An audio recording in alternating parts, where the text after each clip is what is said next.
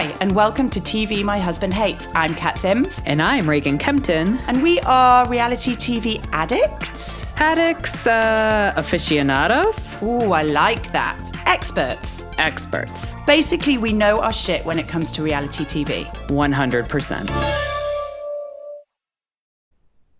Hello, and welcome to a Minisode of TV My Husband Hates, all about Tiger King. How you doing, Kat?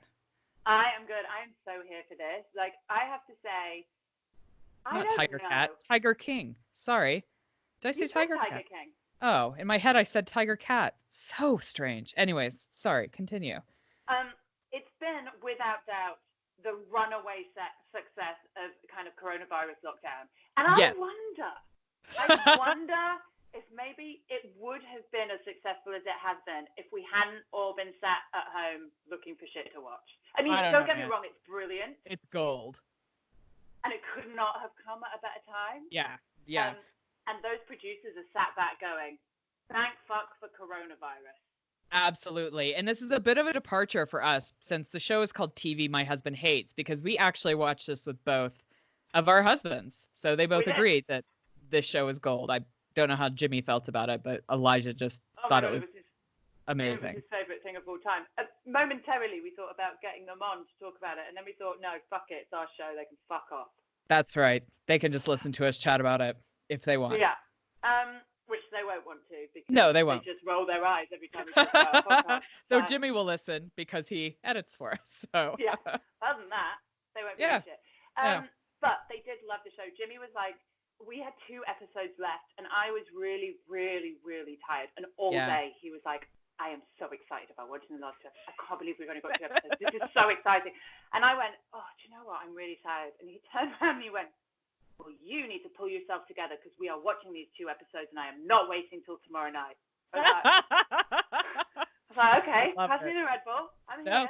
Yeah, the same thing happened with us because we finished the last 2 last night because I know I needed to get it done. And like, I was struggling last night, like propping my eyeballs open. And I felt like the last 2 episodes kind of dragged a little bit, you know, in relation to the other 5 that were just so insane you could not move your eyeballs at all. But yeah, let's dive right into it. I mean, what is there not to say? Here's my first overriding question. Yes. Lay it on me.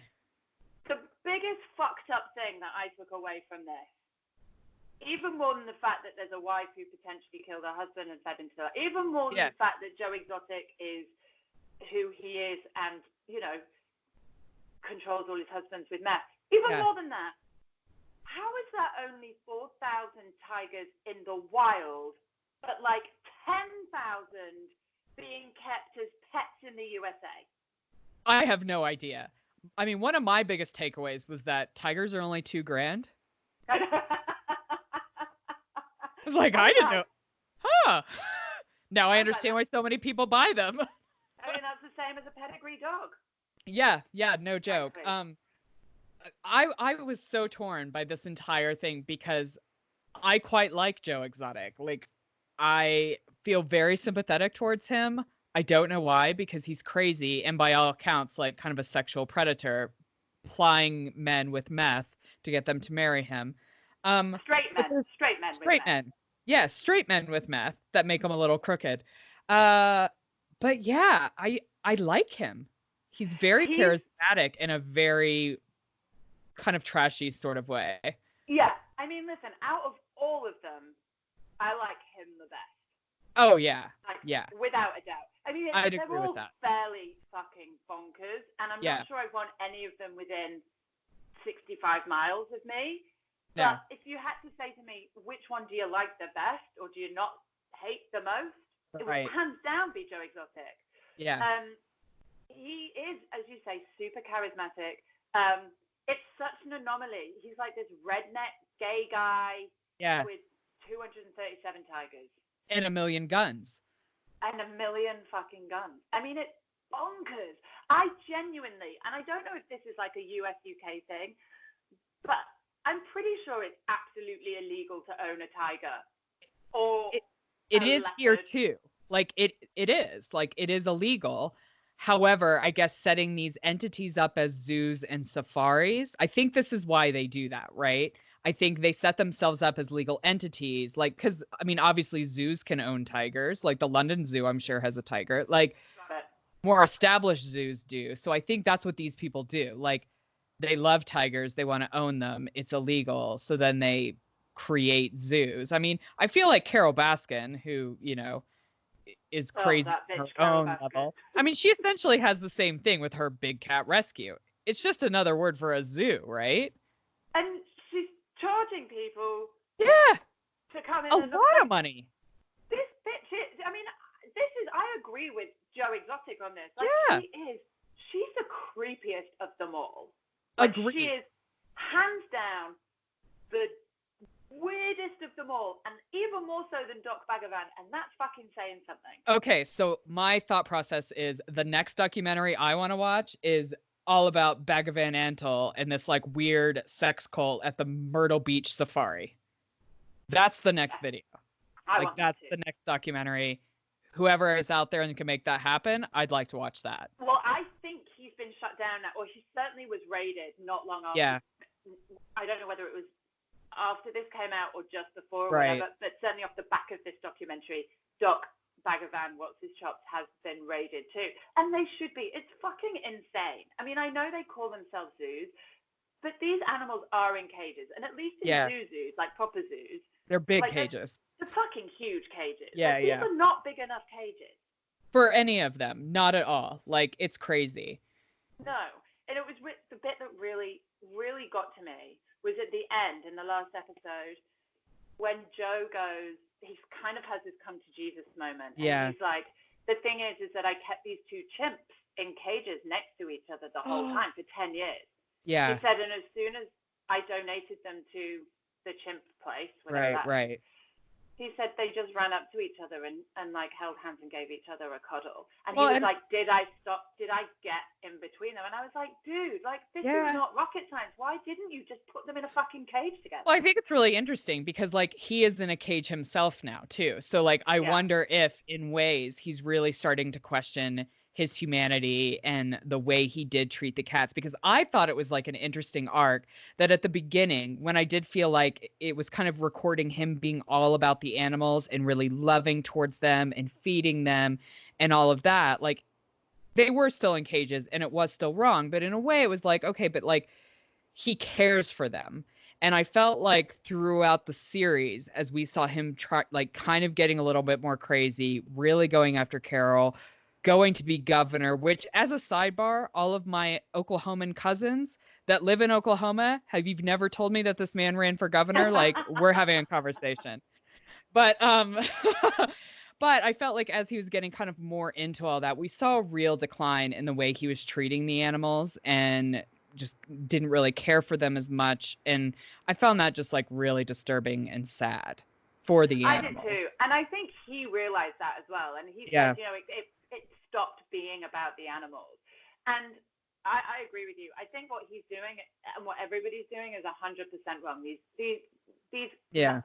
beautiful big cats, certainly on this fucking scale, should not be in cages. They should not be hooking brand new cubs, literally just out of their mother. They should not be hooking them and dragging them under a fence. And then like screaming and crying. Oh, it broke my heart. Like that for me was hands down the hardest thing to watch. Just the way that they took these cubs, because that's how they make their fucking money. Right. And I have no fucking doubt that Doc Bagavan has a fucking graveyard of baby cubs outside the back of that. Because once they aren't making money, then they're just costing money. Yeah. And I swear to God, that's a problem. It is a problem, and the whole thing's a problem. And I think what's really interesting is that the show has forced us in a little way to kind of question all sorts of animal captivity. Yeah, to a certain extent. Elijah and I had a really interesting conversation because when Prince William and Princess Kate got married and we had all those extra bank holidays, whatever year that was, we went on safari down to South Africa for our 5-year wedding anniversary. And, we did research and we went to a conservation safari, but at the end of the day, it was still a safari. I mean, it was masses of they acres massive. in Africa, but there was still a fence, and it's a fence around the perimeter of their like property, and they do, they keep track of all these animals and whatnot. So for me, there's always been a really interesting line between conservation and zoos. Like, well, I think it's this interesting. is where Carole Baskin Right. is actually one of the biggest perpetrators in all of this. Right. Because I think what you're talking about in South Africa, yes, there is a fence, but we are talking about thousands and thousands and thousands of acres of land. Absolutely. And it is not about making these animals and they don't feed them friendly. Right. No, it's not about that at all. And they do track them, and they do, but they do it to literally try and save them propagate from the species. People who shoot them. Right. So I think that's fine. I think anywhere that you can ride on elephants, I think is wrong. I think that anything that forces a human interaction with an animal that otherwise wouldn't do it, and you have to keep them captive to do that, I just think is wrong. Yeah. But that's where Carole Baskin becomes a really, really interesting, because she's very much like, oh, it's all about conservation and raising awareness and blah, blah, blah. Like, she is really despicable and very dangerous. I think Joe Exotic is absolutely fucking right about her. Oh, yeah. And I kind of feel she's the worst one, because I feel like she dresses her love of cats as protection of the cats versus just being straight up and honest about, like, why are you going after these dudes? Like, you want their cats. Like, you want their cats, you want their business. And all of you just keep these cats because you think they're fucking cute and cuddly. Right. Which, and don't get me wrong, mind-blowing to me. They are cute, but like, how are you going to drive around with a full-size tiger in your truck? But don't get me wrong, like, I can see the allure of wanting to go and hold a cub. Like, oh my God, yes. Of course I can. Yeah. Would I ever do it? No.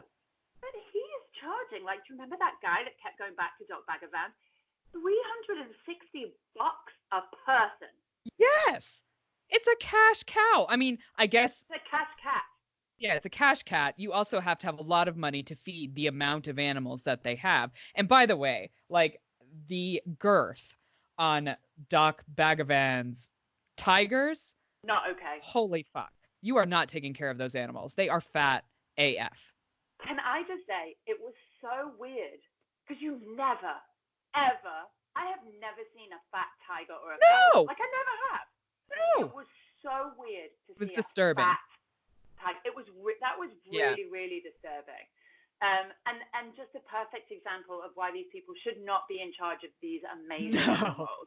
No, like, white people, period, should not be in charge of these amazing animals. We ruin them. Like, we ruin everything. Leave them alone to the wild. That's why we can't have nice things.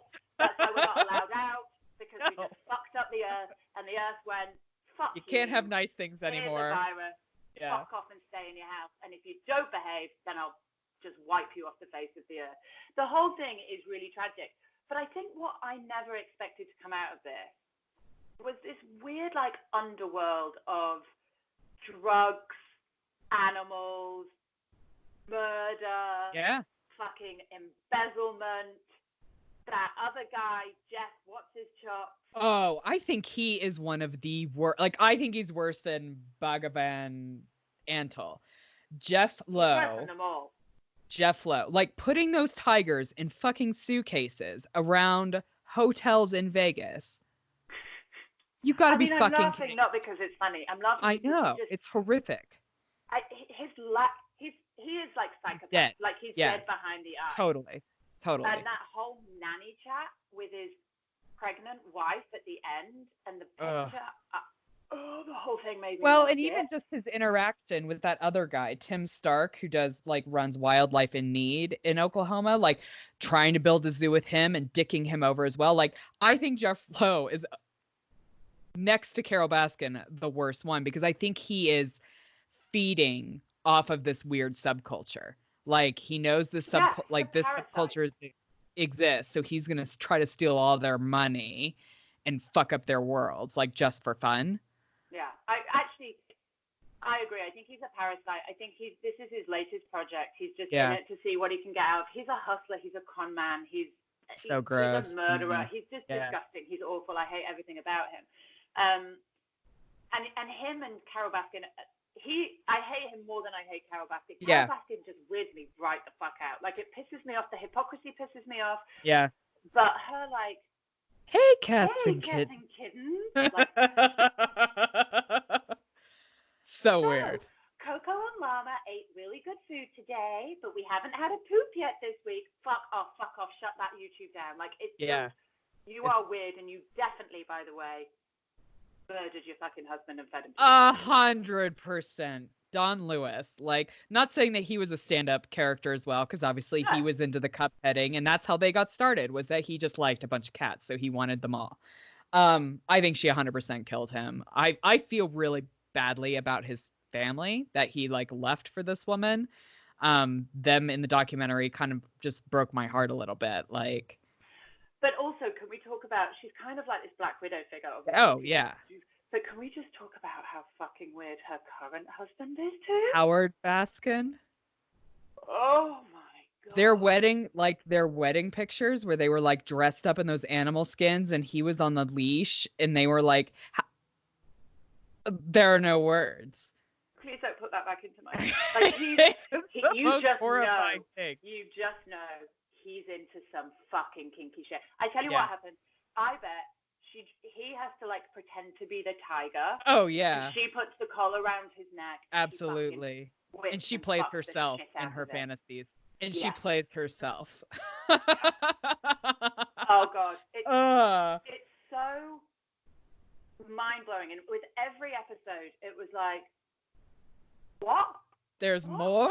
And the characters around on Joe Exotic's. Yes. First of all, the guy with no legs, I really liked him. John Rinke. He was the manager of the zoo. I know this because I wrote them all down. I really liked him. I love him. He was great. I also didn't hate, although then towards the end his interviews got a bit weird, but there was a guy with long blonde hair. Eric, I think Covey. He was the head keeper of the zoo. Who at first, in the first half of the interviews, was like sat outside his trailer, like talking sense. Yeah. And then in the last half of his interviews was like off his tits on meth. Yeah. Which was weird. Yeah, that was weird, and I questioned the filming of his interviews because I didn't even understand them. He was. But his morning old life. He's not stupid. He's talking some sense. And then we've got John, his toothless husband. John Finley. Yeah. Who? So let me just sidebar this as well. So Joe, after he married John Finley, married Travis Maldonado and changed his last name to Maldonado, and then at the end married Dylan Passage and also changed his last name, but never changed his name to Finley, who was his husband the longest. Yeah, but well, that's true. I thought that was weird. Maybe he did, but when Finley fucked off with a girl, maybe he scratched it. I don't know. No, because I think his name was Joe. It starts with an S, and I can't pronounce it. He kept that. Then went to Joe Exotic. Then was Joe Maldonado, and then was Joe Passage. But let's talk about Maldonado because that was really dark, dark and weird. And I was left a little bit unsure as to whether he meant to pull the trigger or whether it was an accident, because the scene was set up with the guy, the campaign manager, who was just sat in the office, and Travis pulled a gun on him because apparently that's what he did, just for fun. And he was like, "Stop! Don't fucking point a gun at me. I've told you. If I've told you once, I've told you 100 times." And so Travis was like, "Okay, sit down, hold it to his head."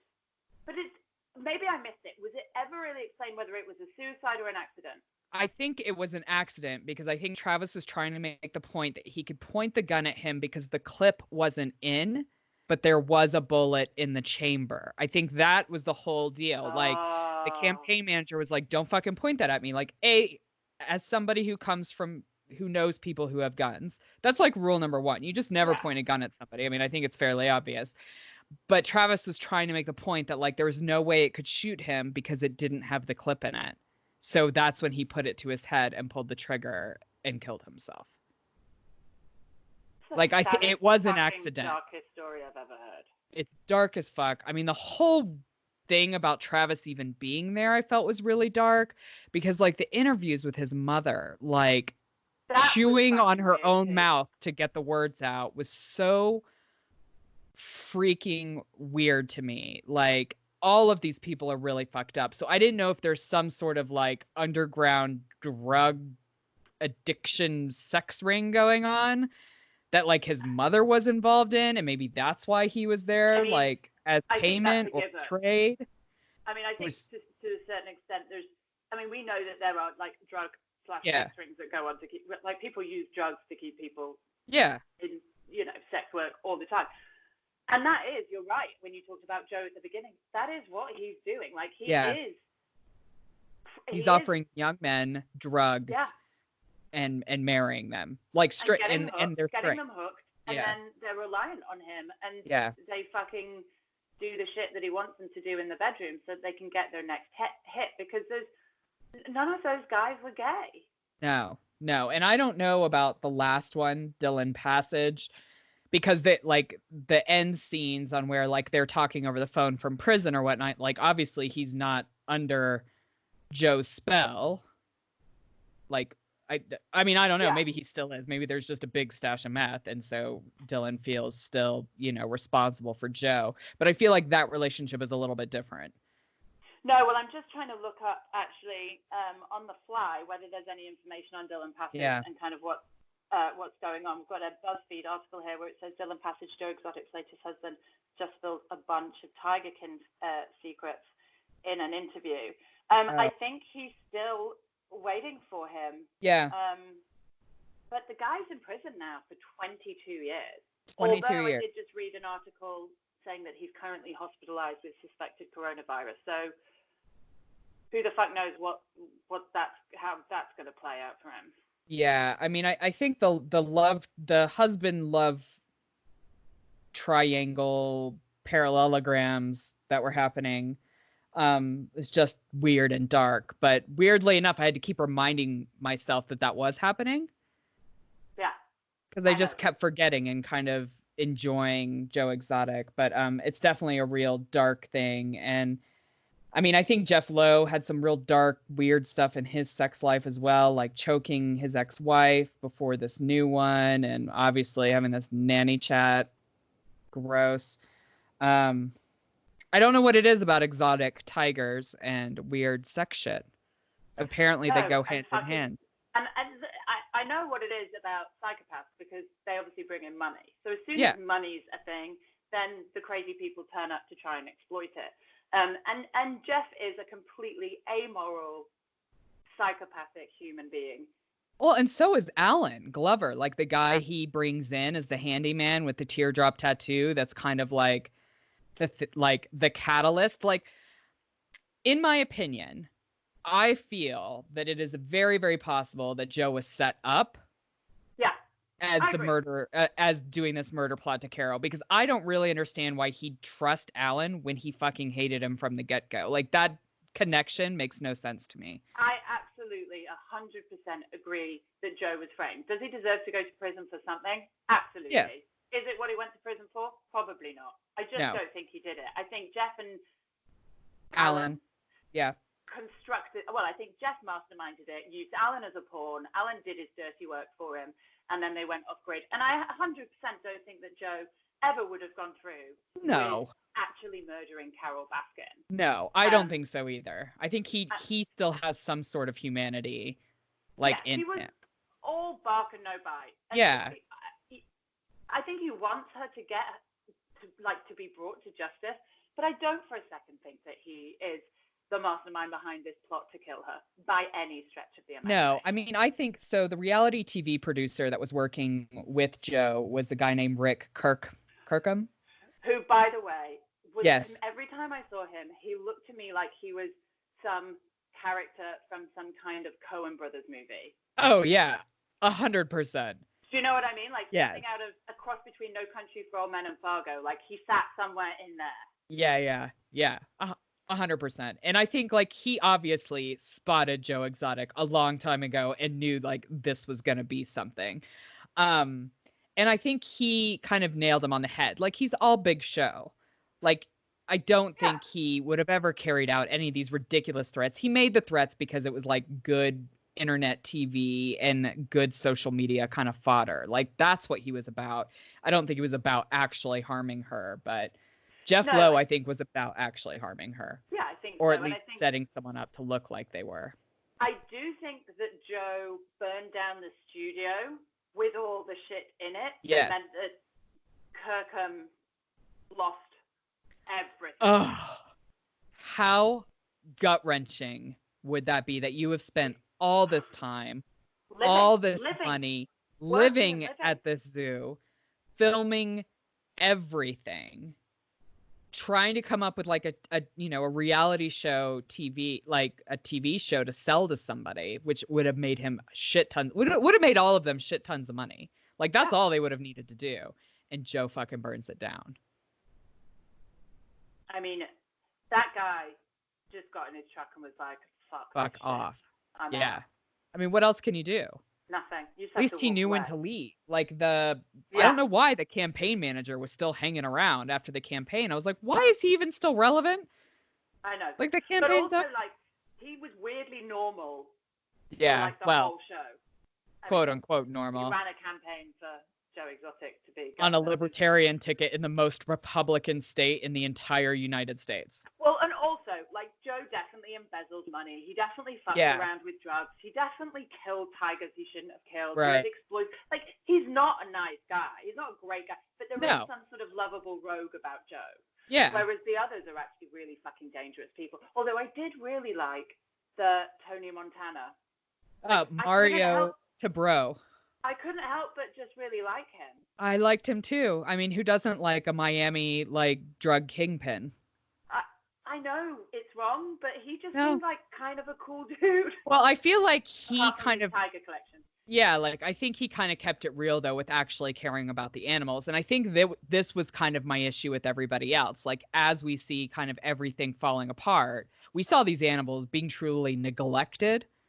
And I felt like that guy never did that. Like, he was still in love with these creatures and caring for them. Like, they weren't being harmed or neglected.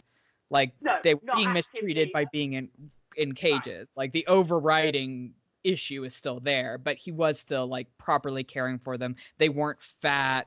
They weren't, being kicked. They weren't having balloons thrown on them. Like, I had such an issue with that balloon shot with, like, Jeff and his wife throwing balloons at the tigers. I was like, what? Like, this is fucking disturbing. It was disturbing. And also, talking about disturbing things, when the girl got her arm bitten off, and Joe just walks into the shop and's like, guys, you're going to hear about it somewhere. So just to let you know, one of our workers just had her arm bitten off. It's like, the fuck is, like... And the blind allegiance to them, for her to just go, like, she was just right back to work 5 days later. Well, I was sat there watching it. I'm like, hang on a minute. She's lost an arm, and she is still sat outside a trailer. Like, why the fuck didn't she get £75 million from him? Because she didn't sue them. Like, she didn't sue him. Well, that's it. It's like, why the fuck but then, he's not got the money, so he's not going to... It's like Carole Baskin won that and is never going to see a penny. No, like, it doesn't matter. So. Yeah. What astounded me was that she didn't actually have to lose her arm. She could have rehabbed it, but, like, she didn't want to spend the time to do it, and it would look bad on the zoo. Like, this blind allegiance to him that they all had, which is just fucking mind-blowing to me. But they all have that to a certain extent. They all have this, like, cult leadership quality. Right. Doc Bagavan has it. Joe For sure. has it.